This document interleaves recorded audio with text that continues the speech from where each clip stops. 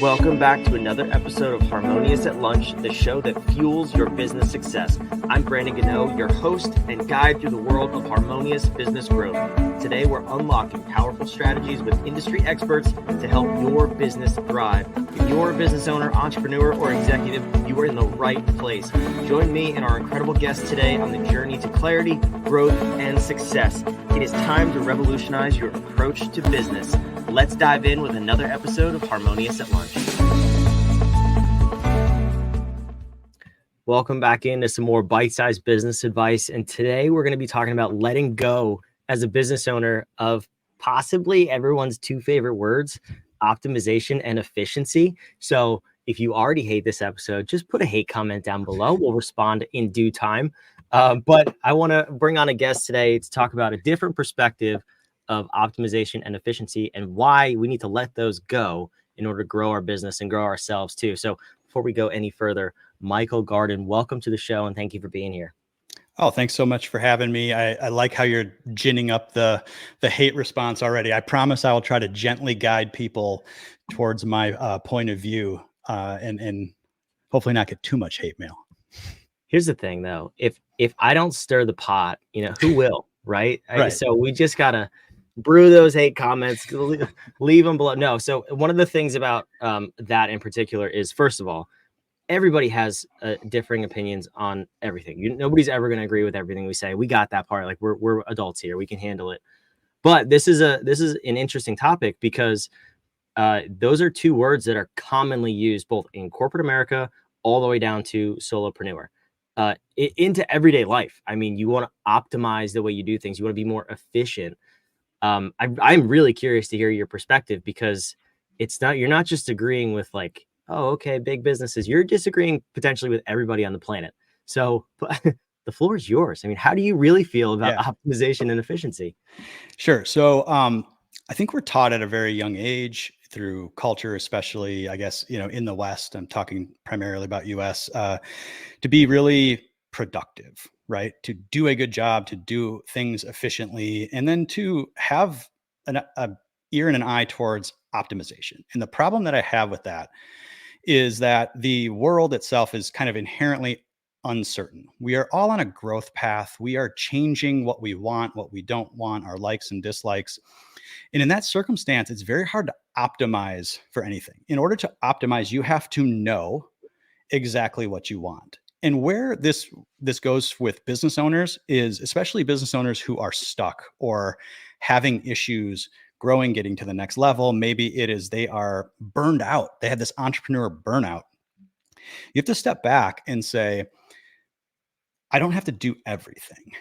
Not everything has to be done in a productive, efficient manner. There are actually things that I probably should not be doing because they're not part of my leverage point at all.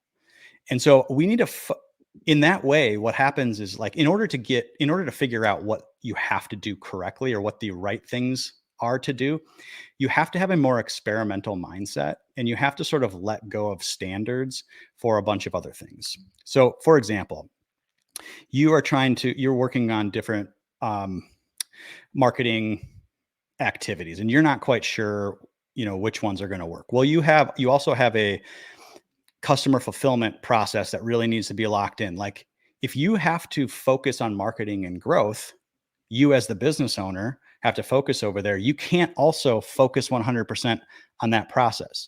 There has to be some give and take, and you maybe have to settle for 80% over here, right? Like just getting it done. Like done is better than perfect kind of mentality. And so doing the right things instead of doing things right is a leverage point. And I think you can take this all the way to the extreme of when you as the business owner really focus in and hone in and double and triple and quadruple down on what you do most effectively, your life is going to change because you start operating in your zone of genius and doing the things that you're just naturally good at and inclined to do. And you figure out who can do it, who can do the other things, or how we can get some of those things done, or we just let go of the need to have a perfect outcome in some of those other areas. your life changes. So I'm a big fan of effectiveness over efficiency and experimentation over sort of productivity at all costs. I think those are a default mindset, which we need to sort of break and reimagine. I think first of all, I completely agree with you, and it's a brilliant take on the matter because it's this paradox, right? Like the more you try to be good, the more you try to improve things, and the more efficient you try to be, the less of those two things you become. On the flip side, like you're saying, the less you try and you just accept reality, you accept what is, the better you become, the more optimized you become at a certain task, or and the more efficient you become just from natural repetition and practice. So I guess it's not that you're particularly arguing against optimization and efficiency, that they're bad things. They're just not a good area of focus. Is that what I'm hearing you say? So I think that they where becomes problematic is that I think in our culture they've been put up sort of as a badge of honor to Mm, be ends it like outcomes in and of themselves. I right. am a productive person. I do a great job. I am efficient at what I do. And if you look at like the best management minds, I mean, Elon Musk says this, Drucker says this. It's like the worst thing in the world is something that done with great efficiency that just should not be done, period. So that's the mindset that where I'm coming from. And I'll try to give another example. Like I primarily work with burned out corporate professionals who then want to create more freedom through building a business and becoming entrepreneurs. And the problem that I see with them all the time is they get on one path, they go to college, and I'm using quotes for anybody listening, go to college, get a job, and they are on a path. And then every other step along that path is an optimization of them for income, title, status. Okay. They're like optimized on this path and they become resistant to change. The further down the path you get, the more resistant to change they are. And then they come to a period where they are really stuck. Maybe they've got a couple kids, they're 40 years old, they're having this sort of midlife crisis. What is my life about? What is my purpose? And that's a really hard place to get out of because what they've realized is they've been optimizing for the wrong thing for 20 years of their life. And so that's kind of the perspective I want to take as a business owner. You know, you are trying to do everything. Can we create a little space, not be busy for busy's sake, but can we carve out some time to take a 30,000-foot view at the organization, our little one person business, no matter what it is, and ask ourselves really like, are we operating at our highest leverage points? Do I have to be spread, or am I spreading myself too thin just because I think I'm supposed to be doing everything and be busy all the time, productive, efficient, all of those types of things? So I think that there's tremendous power in having slack to really think about the big critical levers in the business. And that's sort of what I'm arguing. That makes complete sense. I love it. And I'm curious about that process too, because you said you work with people who are in corporate and they want to maybe transition to owning a business. Um, I think I think that cycle of being in something for a long time and then burning out is common both in corporate and in small business and entrepreneurship. Exactly. Whether you're a solopreneur, like you said, or you have a team of 6,000. I've seen it on both ends of the spectrum. So I'm curious about your process. Where do you start with people? Um, because I would really assume that it's the same if you're going from corporate to business or if you're just burned out in business. So where do you start with your clients to kind of get them on this track of setting up a successful business? You're right. It is the exact same. So there's two forms of burnout. I'm just going to kind of bucket these loosely. On the corporate America side, you're doing too little of the things that light you up. That can lead to burnout. And on the entrepreneurial side, it's usually you're just doing too many things. So But in still either, too little of what lights you up, right? yeah, but Yeah. you're just doing everything because you think you have to, and maybe you do at that point in time. Either way, the first place to start is creating space. So, like, I work with people who have full time jobs and are VP executive type levels. We have to work to actually carve out space, put that job in a box, make it a utility, an investor in our future self. Okay. That's how we think about it. We keep that job, but we try to focus on outcome and not do all the extra crap that gets in the way. So we have time to actually focus on what we want to do. The second piece is to create a really compelling future vision. So as a business owner, let's say you carve out a little space to operate on the business instead of in the business. What is that compelling future for you? Maybe it's a ton of growth, but maybe it's just like, I want sanity here. I want to be able to control this much better and have a good life. Well, what does that feel like? What is that? What do I not want? Having that really compelling future vision that we are then working towards and also working backwards from.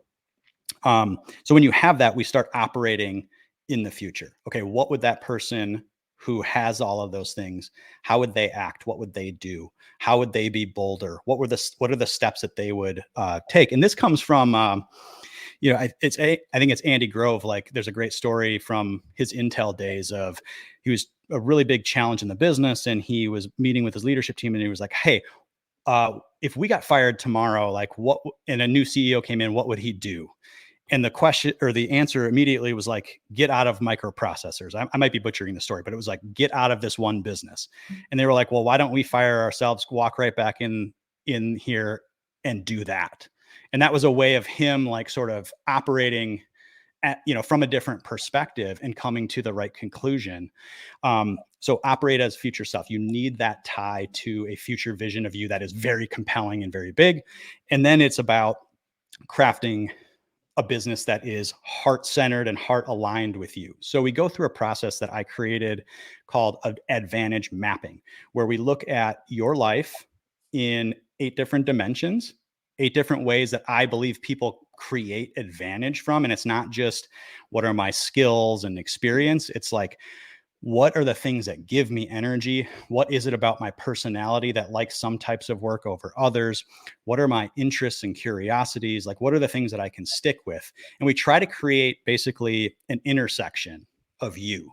So if you could think of like 8 different concentric circles, like how do all of these things come together in the middle? And that is like your advantage stack.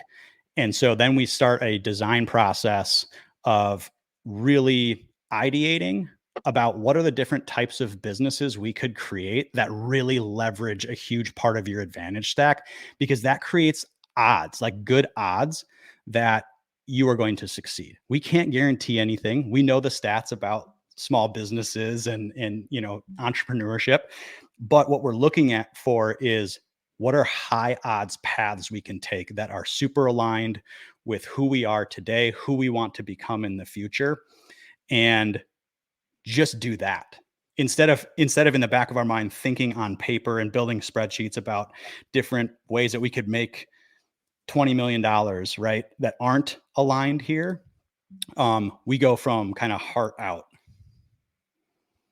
That's so valuable. And I've seen over and over, when people start with money, revenue, profit, income, it just fails. It doesn't work unless you're venture capital, which is fine. They have their place in the world. But as far as the people we're talking to on this show, like, that process for sure is what more people need to do.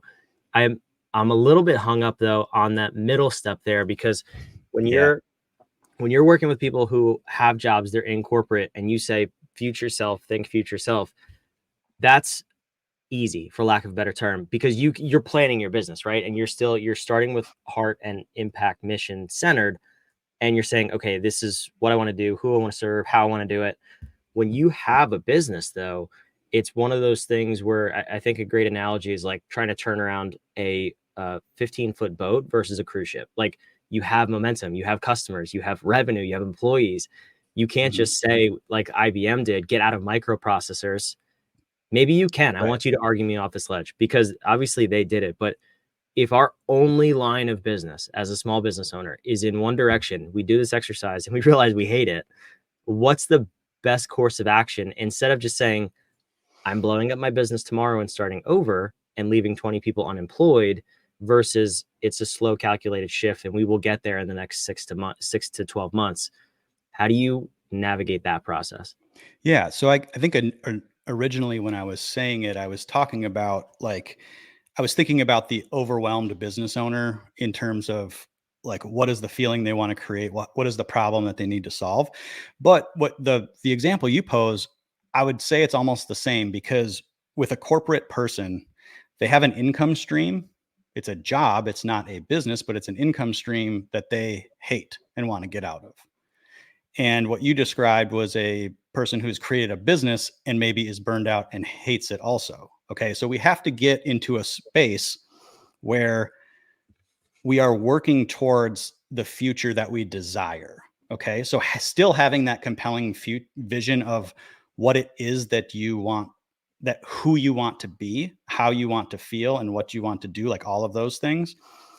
When we have that, then we at least know the direction that we need to go, and we can start to brick by brick lay the foundation to get there. And step one might be, okay, like we need to solve some profitability problems here. And I got to buckle in and I got to really do operational things, but that is a stair step. It's not the end. It's a stair step to this future vision, because I know that if I do that, it's going to unlock time and freedom for me. I can pour that back in. I can reinvest that into what I want to do in the future. Then I can find the right who's to come in, take this business over. Maybe it's a sale, maybe it's whatever it might be, but I can figure out a way to get out of this.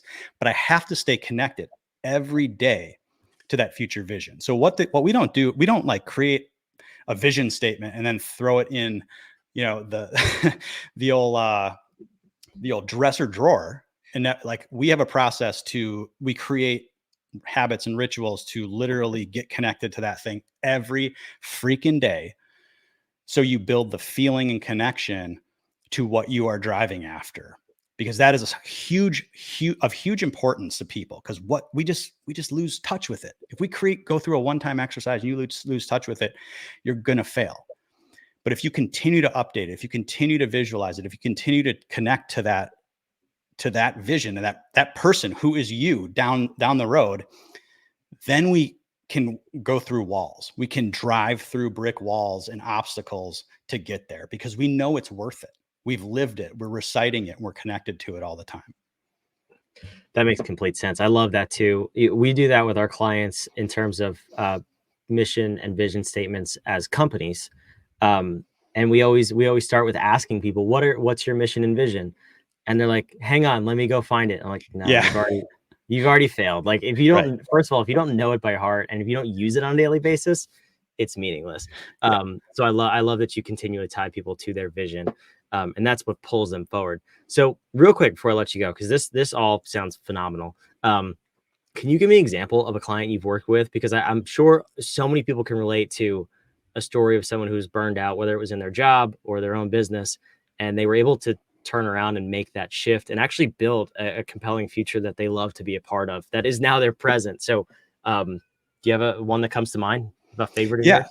Yeah. I mean, there's a few, but I'll say one. I had a stock analyst client who I'm was already just, burnt out just hearing their title. yeah, exactly. So. Right. Totally. Yeah. Came to me and he was like, yeah, I've just completely lost me. Like, my identity is Mr. Wall Street. Like, I don't feel compelled to that, all this stuff. So we go through all of these exercises, advantage mapping, all this stuff. The guy is still super analytical, really well written, loves deep research. So like, those are things that he used in his previous job. But what he really needed and wanted was, much more upside, much more control, much more freedom for his family. So what we ended up doing was going through this process and kind of coming to terms of like, where can you provide sort of advisory services? We did like sort of 3 ideas, right? Like advisory services for small investment firms, you actually going full scale into real estate and passive income for yourself, or creating like a fund, like a real estate fund. He didn't want to do stock stuff at all. And he sort of pursued all 3 of those. And I have kind of a system for like how to pursue 3 paths at once, and then, get rid of one, double down on another. So through a couple of months of experimentation, he figured out a way to partner with another person who had been in the real estate game. They created a fund and now are out on their own, sourcing real estate deals for themselves. And so he now has theoretically unlimited upside. He's raising money. He's got much more control over outcomes and time and freedom. So that's like sort of an adjacent type of a move. And then we've had people that have gone on to just create, go from sort of corporate consulting and being road warriors to coaching one-on-one project management folks through trainings and showing people how to create really, really good corporate type PowerPoint decks, but in non-corporate environments. So there's lots of different ways that you can build coaching business, consulting businesses, freelance businesses, whatever it might be. I'm sort of agnostic, and I'm also open to the idea that you create your self-directed freedom through another job. Actually, I think you can actually do that, provided it's one that you are very intentional about and checks all the boxes for you. Yeah, that's a super cool way to look at it too. And I love those stories because those are the things I think people need to connect with, because we're all there at some point in our business lives. We've all gotten lost, whether it's your own business, and it's been 5-10 years and you don't remember why you started it, or you found yourself stuck in a job. You've been there 40 years and you're like, well, now what? So Michael, this has been awesome. Where can the listeners go and learn more about you and what you're doing? Yeah, I mean, I'm on LinkedIn all the time. You can just search me up, Michael Gardon, Gardon, or check out my newsletter. Go to michaelgardon.com/newsletter. You can find out all of my writings, my thoughts on this topic and more. And hopefully you don't throw too much hate mail at me, but go there and check it out. I'd love to have you, and please ask any questions on LinkedIn or engage with me in any way that you want. Thanks so much for having me. Yeah, no, thank you for being here. That's awesome. I put those links down in the show notes wherever you're watching or listening. And hopefully we didn't get that many hate comments. I think you did a pretty good job of talking people off the ledge. Everything you said makes sense and is just true, unfortunately. So if people are going to argue with it, then they got nothing to argue with. But I can't let you go without asking you the final and most important question. And for us, it's we believe that powerful questions get powerful answers. So if someone finds themselves in this situation, they're either at or approaching some level of burnout, or maybe they hate the business or the job they've created for themselves, really, or they're in a corporate job and they want to get out, they want to make that change. What is a powerful question that they can ask themselves in order to get a powerful answer that will ultimately change their lives? So first one that comes to mind is, what am I running from? Like, what is the exact pain that you are suffering that you are trying to escape? I think we fool ourselves a lot of times. So I like starting with that question. And then another one where you think you may know where you want to go. The question I ask is, what are you willing to give up to get there? Because that really examines trade-offs that we have to go through. And if we're really willing to make those trade-offs. Wow, I got 2 for 1 today. Listen, you see that? You subscribe to this podcast, you get a double 2 for 1 question. Those are 2 questions I don't know if I want to answer. Those are heavy questions. Yeah. But I like that. That's awesome. So yes, take some time, think about those, and see what the powerful answer is that you get from it. So thank you, Michael, for being here. And thank you for you listening, watching, wherever you are. Make sure you subscribe. We want to continue to bring these episodes to you every single day of the week to help you get out of that rut you find yourselves in business, get to the next level, and ultimately build a harmonious business and life. That's what we're here for. We'll see you on the next episode of Harmonious at Lunch.